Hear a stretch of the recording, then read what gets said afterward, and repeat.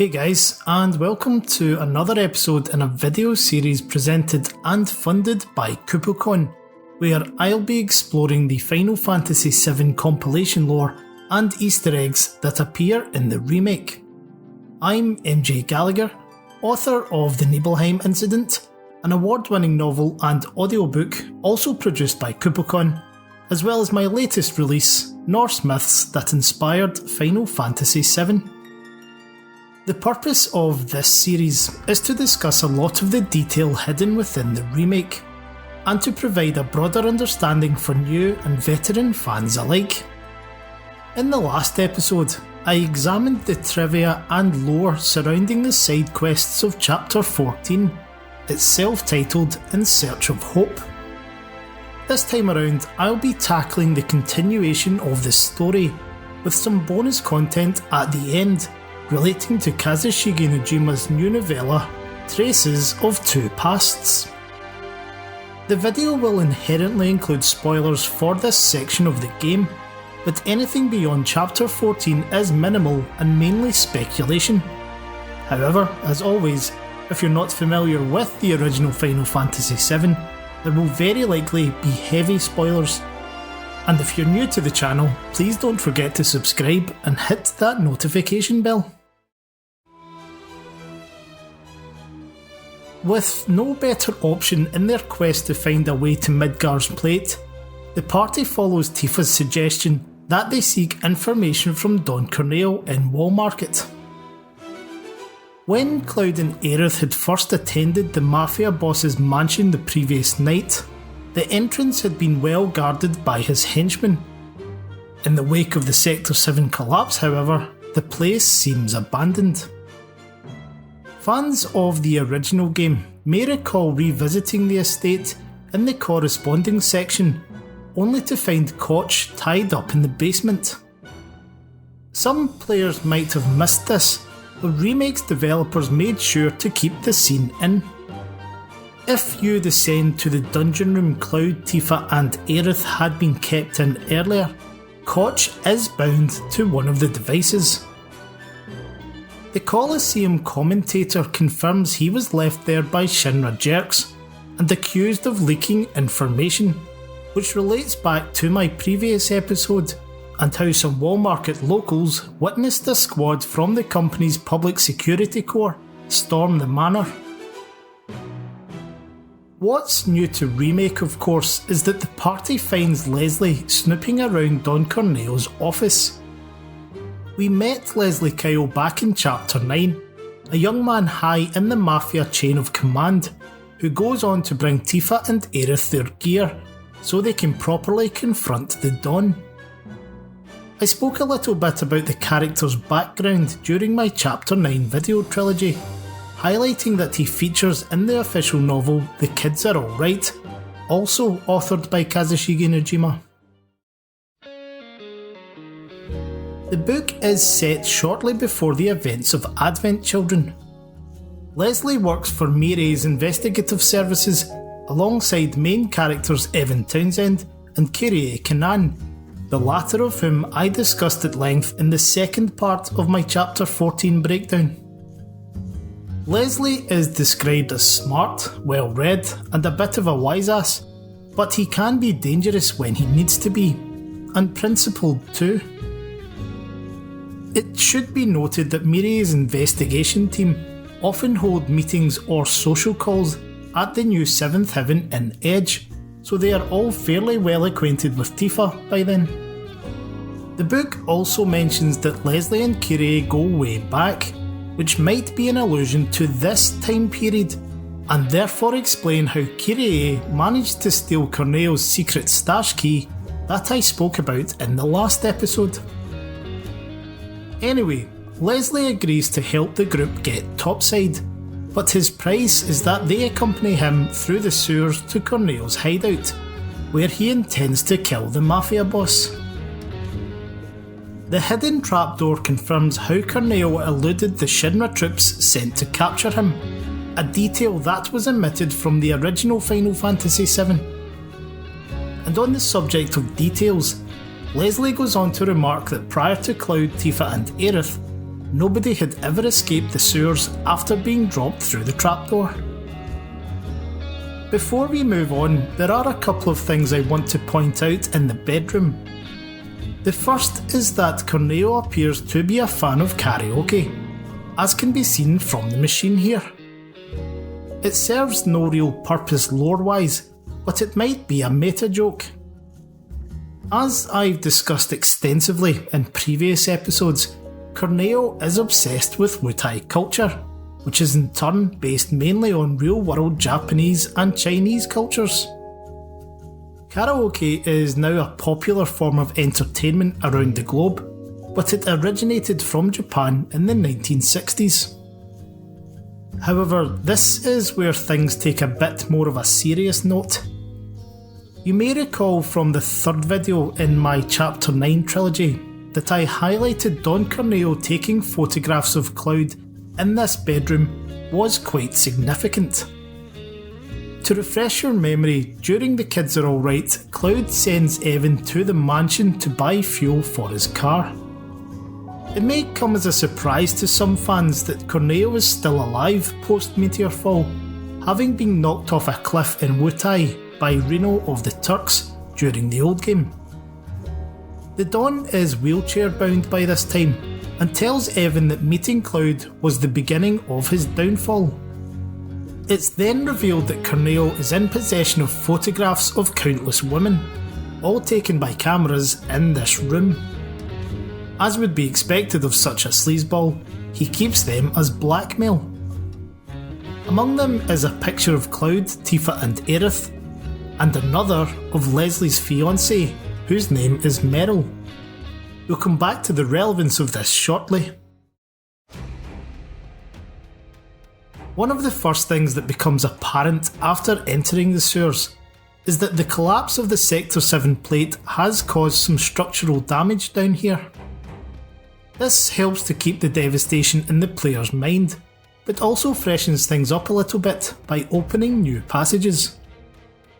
Following a substantial detour to reclaim the key to Corneo's hideout, chasing the mischievous shote that stole it from Leslie, we are finally granted an explanation for why the young man has betrayed his boss. The party had not been pursuing a key at all, but rather a pendant with golden flowers on it. Leslie recounts how it was a gift for his fiancée, but she gave it back to him 6 months earlier. That was the day Corneo had picked her to be one of his brides, and she vanished without a trace afterwards. The flashback shows the girl experiencing what seems to be trauma.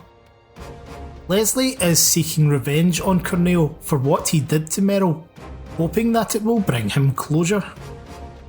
Eagle-eyed fans may also have spotted that the scene itself takes place in Madame M's massage parlour. Madame M is one of the Wall Market trio, and a foremost authority in recommending brides for Don Corneo. Another of the trio is Chocobo Sam, who tells Cloud in Chapter 9 that Tifa matches Corneo's taste in women, so she probably won't be walking out of the mansion anytime soon, if at all. The implication is the Don may also be responsible for Meryl's disappearance. This is why Leslie earlier told Tifa that he was following Andrea Rodea's instructions when he helped her and Tifa at the mansion, but was personally motivated to do so too, because he couldn't bring himself to let it happen again. The it, of course, refers to abuse by Don Corneo. When the party does make it to Corneo's refuge, Leslie approaches the man with the intention of shooting him, but is easily disarmed. The Don confirms he is in hiding because he made the mistake of divulging Shinra's plans for the Sector 7 pillar to Cloud, Tifa and Aerith, who then managed to organise an evacuation of the slums. What's interesting about this is that Remake's PlayStation 5 DLC, Episode Intermission, reveals Avalanche HQ learned about the plans separately, suggesting Corneo may actually just be a scapegoat. The Mafia boss goes on to mention that Shinra want to abandon Midgar and build something close to paradise. veteran fans may have picked up that this is a reference to the Neo Midgar project, in which President Shinra's ambition is to construct a new city at the promised land of the ancients. Cloud steps in to prevent Corneo murdering Leslie, but the villain flees when his pet sewer monster makes a reappearance. The party battles Abzu and his hordes of shotes, eventually defeating him. It's worth highlighting here that unlike most of the creatures or human enemies the player encounters, the Horned Brute does not dissipate into spirit energy. This would indicate that we will probably see him again in a future remake installment, or at least that the development team wish to keep their options open. Heading into the adjacent room, Cloud finds Leslie unconscious. He wakes and is dismayed to learn Corneo has escaped, vowing to track him down. Tifa proposes an alternative direction for Leslie, suggesting that he looks for Meryl instead. At this point, Barrett chips in to say that you never know how much someone means to you until they're gone. This may be an allusion to his own wife, Myrna, who died when Shinra burned down his hometown of Karel 4 years ago. Leslie wonders if by giving him the pendant back, Meryl was trying to convey a message. Tifa suggests that Meryl meant for them to be reunited. In case it wasn't clear, the golden flowers on the jewellery are a callback to earlier parts of Remake, where yellow flowers are said to symbolise reunion between two people.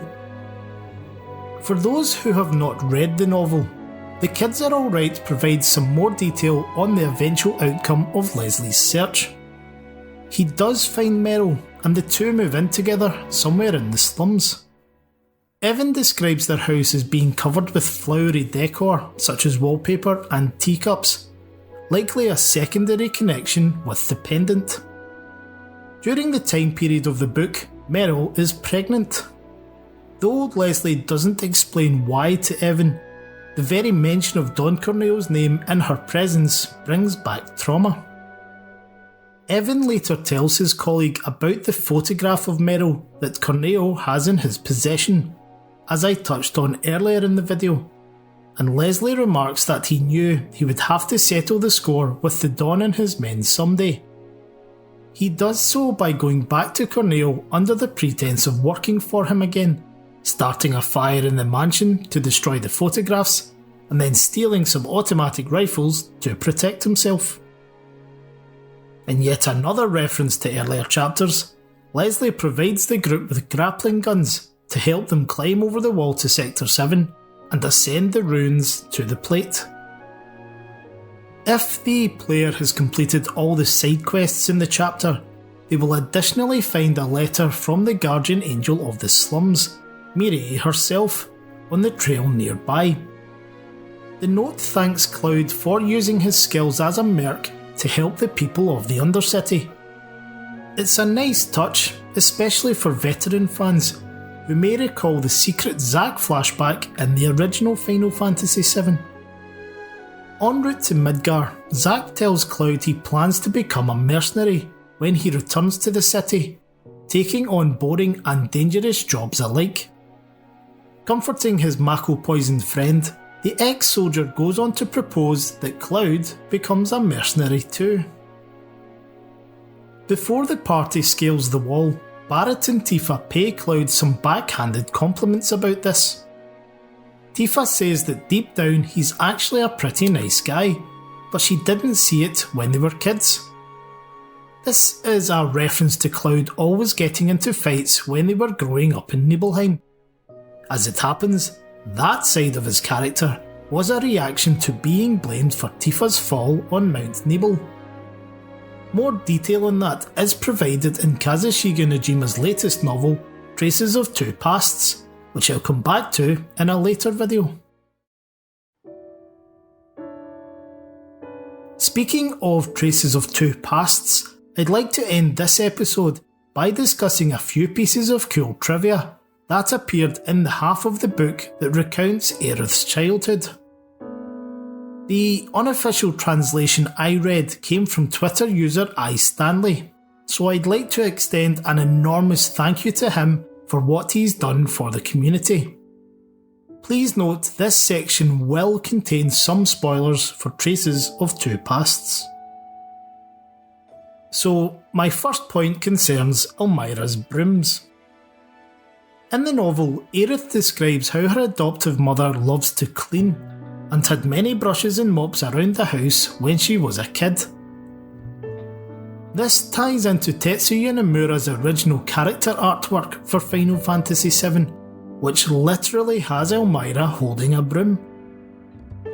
After her husband, now officially named Clay Gainsborough, died, Elmira sawed part of the handle off one of the large brushes so that the young Aerith could help her with the cleaning. Interestingly, the first time Aerith ever visits the Sector 5 church is late at night, guided by the man who arranged her and Ifalna's escape from the Shinra laboratories. The man, Fuzz, tries to force Aerith to come live with him, but Elmira appears and attacks him with a broom. It's very possible that this incident is the origin of Aerith using a staff or rod in battle. Traces of Two Past also provide some background on why Elmira's house is so unique in comparison to the shanty homes of the slums. Her husband's father, Gabriel Gainsborough, had been a construction business owner when Midgar was being built. However, unlike the other construction companies who moved to the improved conditions of the plate, Gabriel kept his business in the slums, guaranteeing local development and well-paid work for many families. Aerith describes him as a good Don Corneo, and the Gainsborough name was hugely respected. It seems part of his legacy remains in all the Shinra-owned construction yards that can be found around Sector 5, such as those that border the train station. While we're on the topic of the station, I mentioned in the first video of my Chapter 13 breakdown that Remake retconned the location where Elmira found Aerith and her dying birth mother. Previous flashback visuals in the old game, as well as confirmation in official publications, placed the scene at the Sector 7 train station, while Remake showed it here in Sector 5. Most fans had assumed Ifalna and Aerith had arrived here on one of the services from the plate. As it turns out, they were instead smuggled inside the cargo carriage of a train bound for the Sector 4 slums, and walked here in search of the church. One of the most fascinating things to come out of the novel, in my opinion, is an additional element to the Turks' involvement with Aerith when she was younger. There are a couple of semi-conflicting points between Sung's recollections during episode Shinra of Najima-san's book On the Way to a Smile, and the circumstances surrounding how he initially presents himself at Elmira's residence in Remake. However, what's important is that the Gainsborough family name is so well respected by Shinra, they agree to leave Aerith in Elmira's care, on the condition that the girl never leaves the designated safe zone around Centre District. It's not until many years later that Aerith learns the truth, and that her presence in Sector 5 is why several turf wars between rival organisations never encroached on the town. The arrangement was that Shinra would not intervene in these disputes as long as all parties steered clear of the safe zone. It's unlikely to be a coincidence that the construction yards around the station marked the boundary of Aerith's invisible prison. What should be noted though is that a Turk, almost certainly the pistol-wielding Sung, shoots Fuzz at the church to protect the young girl, and Elmira suggests the safe zone has been expanded. The same could probably be said of Evergreen Park, because it's already one of Aerith's favourite places by the time she meets Zack in Crisis Core, at the age of 16. And finally, Perhaps the most unexpected revelation to come out of Aerith's story in Traces of Two Pasts is her connection to Orphan X. Despite her home's proximity to the Leaf House orphanage in Centre District, it took a long time before Aerith was introduced to the children there, mainly because Elmira was trying to keep her hidden from Shinra. X was a boy at the orphanage who called himself this because he had been left there as a baby without a name, and he decided to keep the alias until the day came where he would choose something proper. Aerith and X bonded over this, as she too was an orphan who was using the fake name of Rona. There's even an instant in the book where X gets into a fight with a wealthy man's son for making fun of the Leaf House. Aerith later heard rumours that the proprietors of the orphanage were selling children, but it's unclear if this is the same Shinra-run facility that's mentioned in the Crisis Core side missions. To restore the Leaf House as a safe place for orphans, X eventually got involved and bought the home. He was loved by the kids and teachers alike, and was known to help out there from time to time. That's right, Orphan X was Biggs. This makes his death scene in Chapter 12, where he asks Cloud to check in on the Leaf House, all the more poignant. Well folks, this has been my recap of the compilation lore and Easter eggs from the final part of Chapter 14. I hope you've enjoyed it, and please be sure to leave a comment with any feedback or something you think I've missed. If you haven't already done so, I invite you to check out my Patreon account, where you'll find free downloads of my unofficial novelisation of Final Fantasy VII, the Nibelheim incident, and so much more. Subscribers also get access to a huge amount of original content as well, including project artwork, behind the scenes podcasts, or mythology and Final Fantasy articles, etc. And please also consider picking up a copy of my book, Norse Myths That Inspired Final Fantasy VII, which is now also available as a special edition hardback. The links to each edition can be found on my Patreon, the address for which is noted at the end of this video. I would additionally like to thank KupoCon for commissioning the series and encourage all viewers to support their channel and brand. But until next time, take care. I'm MJ Gallagher, and I'll speak to you again soon.